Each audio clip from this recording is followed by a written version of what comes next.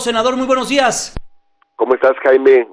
Buen día, un gusto. Con el privilegio de saludarlo, Martí, vamos a hacer una entrevista. Le voy a pedir que nos espere un momentito en el teléfono porque tenemos que hacer un corte automático en 3 minutos, pero a ver, cuénteme, ¿cómo van estos 15 días, estas primeras 2 semanas de la instalación del Congreso? ¿Qué ha transcurrido en el Senado de la República? ¿Cómo se han sentido los senadores? ¿Cómo nos puede platicar todo ello? Han sido días, digamos que muy movidos, intensos. En estas 2 semanas se han presentado iniciativas sobre, por ejemplo, el tema de no privatizar el agua, el acceso de los jóvenes a la educación superior, modificaciones a la reforma educativa, federalismo judicial, derechos de las parejas del mismo sexo en materia de seguridad social, paridad entre mujeres y hombres en los órganos institucionales, autónomos, de gobierno, en fin, es decir, que hemos tenido muchas propuestas y la gran mayoría con mucho consenso. Lo más, concretado hasta ahora ha sido el plan de austeridad en el Senado. Esto es histórico.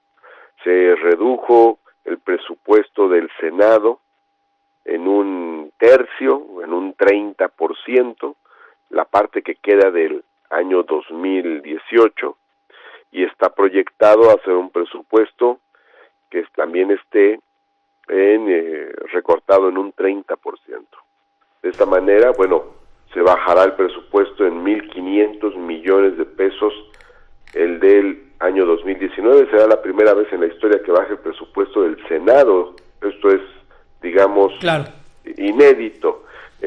Quiero subrayar que se eliminan una serie de privilegios para los senadores. Se elimina el seguro de gastos médicos mayores, el seguro, sí, lo vimos, el retiro, Martín, ¿me permites hacer el complemento de aguinaldo, etcétera? Esta pausa para regresar y abordar ya de manera mucho más amplia todo lo que se está haciendo al interior del Senado de la República. Claro que sí. Vamos a pausa, Adelante. Ya volvemos.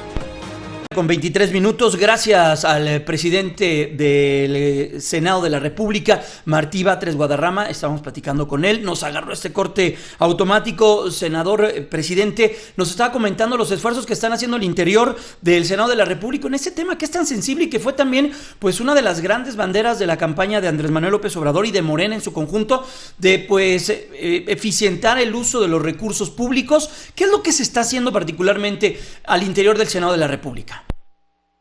Bueno, efectivamente, esta es una de las grandes promesas, el tema de la austeridad.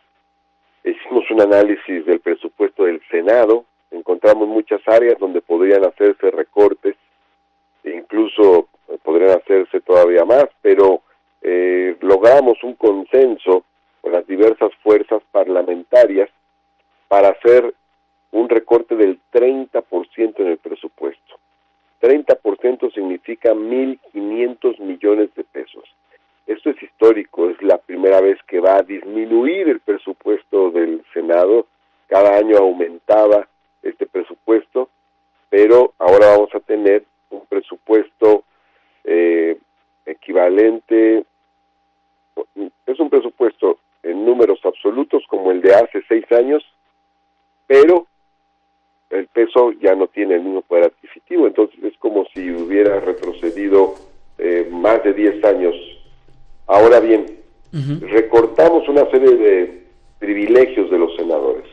Por ejemplo, mencionaba, eliminamos el seguro de gastos médicos mayores, eliminamos el seguro de retiro individualizado, eliminamos también el complemento de aguinaldo, o sea, se daba aguinaldo de 40 días más otros 40 días. Eliminamos también los bonos llamados estímulos por evaluación. Estos también los cortamos. Por otra parte, eliminamos los vales de gasolina, los vales de comida. Eliminamos también un bono especial de recibimiento a los senadores de casi 400,000 pesos que se les daba a los senadores llegando para supuestamente pudieran adquirir un vehículo o buscar un lugar donde vivir, etcétera. Todo eso se quitó. Estamos hablando de cerca de 30 prestaciones que tenían los senadores, estamos eliminando. Estamos ajustando el salario para que quede por debajo del salario que ya marcó el presidente de la República, el próximo presidente, de tal manera que en términos reales el ingreso de los senadores se está reduciendo en un 42%. Eso debe ser un ahorro de más o menos 150 millones de pesos o 200 millones de pesos aproximadamente. No es el ahorro mayor, pero sí es el más simbólico porque toca el tema de los privilegios directos de los senadores. Claro. Ahora bien, aparte de eso, el ahorro más grande se encuentra en las asignaciones que se hacen a los grupos parlamentarios, que las estamos reduciendo a la mitad. Con esto ahorramos más de 500 millones de pesos en estas asignaciones. También, por otro lado, estamos reduciendo las asignaciones a las comisiones, estamos reduciendo el número de comisiones casi a la mitad. Tomando en cuenta las comisiones especiales, había como 84 comisiones, va a haber ahora entre 40 y 44 comisiones. Y también, por otro lado, vamos a reducir drásticamente los viajes al extranjero. No hemos autorizado hasta este momento ningún solo viaje al extranjero. Y también, por otro lado, vamos a eliminar, además de todo ello, ciertos privilegios de la cúspide, de la alta burocracia del Senado. También ahí vamos a reducir en un 30% los ingresos de los altos funcionarios del Senado. No va a haber compra de vehículos, no van a tener vehículo del Senado, ningún senador, no le vamos a poner escoltas o guardaespaldas a ningún senador. Entonces, creo que esto es histórico, realmente es una modificación muy fuerte la que se está haciendo en el Senado de la República en materia de austeridad y en la eliminación de privilegios. Martí, estamos platicando con el presidente de la mesa directiva del Senado de la República, Martí Batres Guadarrama. Martí, en el trabajo legislativo, dos temas fueron los que pues estuvieron en el foco de atención esta semana. El tema de la reforma educativa. ¿Qué va a pasar con la reforma educativa? Vimos lo que sucedió, de hecho, declaraciones del propio Mario Delgado, el coordinador de la bancada de Morena en la Cámara de Diputados, donde dice que no quedará ni una coma. ¿Qué va a pasar o qué discusión se va a llevar a cabo? Se llevó, de hecho, esta misma semana sobre la reforma educativa y el tema en particular de la evaluación. Bueno, vamos a tener en efecto una gran modificación, pero esto no es sorpresa. En la campaña se planteó, hablando de promesas de campaña, la derogación de la reforma educativa. Esa reforma educativa no tuvo el efecto que se dijo, no benefició a las niñas y los niños del país, no transformó la educación, no transformó el modelo educativo. En cambio, sí nos llevó a un enorme conflicto con los maestros, permanente, sistemático, que generó una gran inconformidad en el magisterio e impidió que pudiera articularse una reforma educativa. No puede hacerse una reforma educativa sin los maestros, no puede hacerse una reforma educativa contra los maestros. Entonces, es muy importante aquí también tomar en cuenta esta realidad. Por eso se están haciendo foros que realiza el secretario de Educación, Esteban Moctezuma, en el tema de la educación, y se va a revisar la reforma educativa. No sabemos exactamente cuáles van a ser los alcances, pero sobre todo te voy a decir cuál es el meollo del asunto. ¿Cuál? Se vinculó la evaluación con la permanencia en el empleo de los profesores.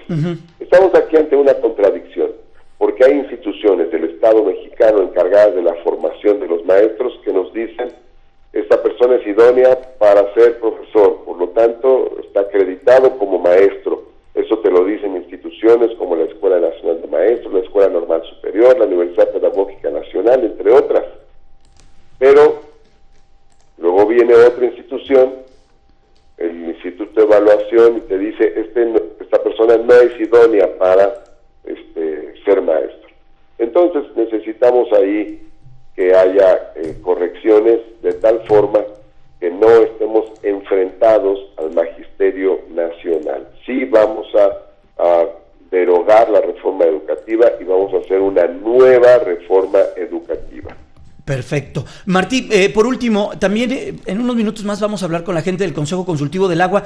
Ellos se pronuncian sobre esta propuesta que hay, que también se presentó estas semanas en el Senado de la República, que tiene que ver con los artículos 2, 4, 9 y 12, así como derogar los artículos 102 y 107 de la Ley de Aguas Nacionales. ¿Ahí qué nos puedes comentar para entender un poco lo que están diciendo ellos, que ellos quieren también un diálogo abierto con ustedes? Vamos a tener diálogo con todos. No vamos a tomar ninguna decisión sin hablar con los diversos sectores de la sociedad. Eso es bueno. Vamos a hablar con todos los que están de acuerdo, medio de acuerdo, en desacuerdo, con los diversos temas que se están planteando. Y después de escuchar las opiniones se tomarán decisiones. Ahora bien, sí queremos, lo dijimos también en campaña, que no se privatice el agua, que no se privatice el servicio del agua. Entonces, digamos, esta es una orientación general y se tomarán decisiones una vez que se escuche a todos los sectores de la sociedad mexicana. Pero el agua no debe ser un negocio lucrativo de algún grupo de la sociedad en perjuicio de la sociedad mexicana. Sin agua no hay vida. Entonces, las experiencias de privatización del agua en otros países han llegado a ser tremendas. Por lo tanto, es muy importante garantizar el acceso al agua, el derecho de acceder al agua para todos los habitantes. Martín, por último, ¿y cómo va el Tupperware Channel? Ya veo a tus compañeros, a muchos que, bueno, pues siguieron este consejo y también, pues muchos lo hacemos, ¿no? Habitualmente, quienes nos escuchan y quienes vamos a oficinas y tenemos horarios, pues para ahorrarnos una lanita nos llevamos nuestros toppers desde casa. Es sano, es barato y pues hasta guardamos la figura, ¿no? Bueno, fíjate que te voy a contar mi historia. Lo que pasa es que aquí en la casa salimos todos muy temprano. Sí. Mi esposa trabaja también y los niños van a la escuela. Entonces, no desayunamos aquí, nadie, todos nos vamos. Y lo que hacemos es eso. Pues incluso los niños se llevan su lunch, nosotros, y yo tengo mis, así que mis toppers, donde desde hace tiempo me llevo mi lunch y, por ejemplo, los desayunos que tengo pues son los más prácticos posibles, atún o quesadillas de queso panela, algo de fruta, en fin. Ahora bien, cuando viene el debate de si se van a pagar las comidas de los senadores en el Senado, que ya ves que los medios estaban muy observadores sí. Al respecto, me preguntan a mí que si yo estaba pidiendo comidas ahí del Senado y les dije, pues no, yo de hecho en las reuniones de la mesa directiva cancelé los desayunos. Desde el principio, desde la primera reunión les dije a los compañeros, no pedí desayuno, no voy a pedir desayunos. ¿Les parece muy rudo? No, pues está bien. Bueno, entonces hacemos reuniones sin desayuno. Perfecto. Pues para no estar gastando ahí, para no estarle pidiendo esto al Senado. Claro. Y entonces, ¿cómo le hace? Me pregunta el reportero. Digo, pues yo traigo mis toppers. Oye, Martín. Así salió el tema. Qué bueno, pues les deseamos mucho éxito al interior del Senado de la República. Gracias por estos minutos. Es muy temprano, las 8:34. Te abrazamos y te deseamos éxito. Que estés muy bien. Muy buenos días.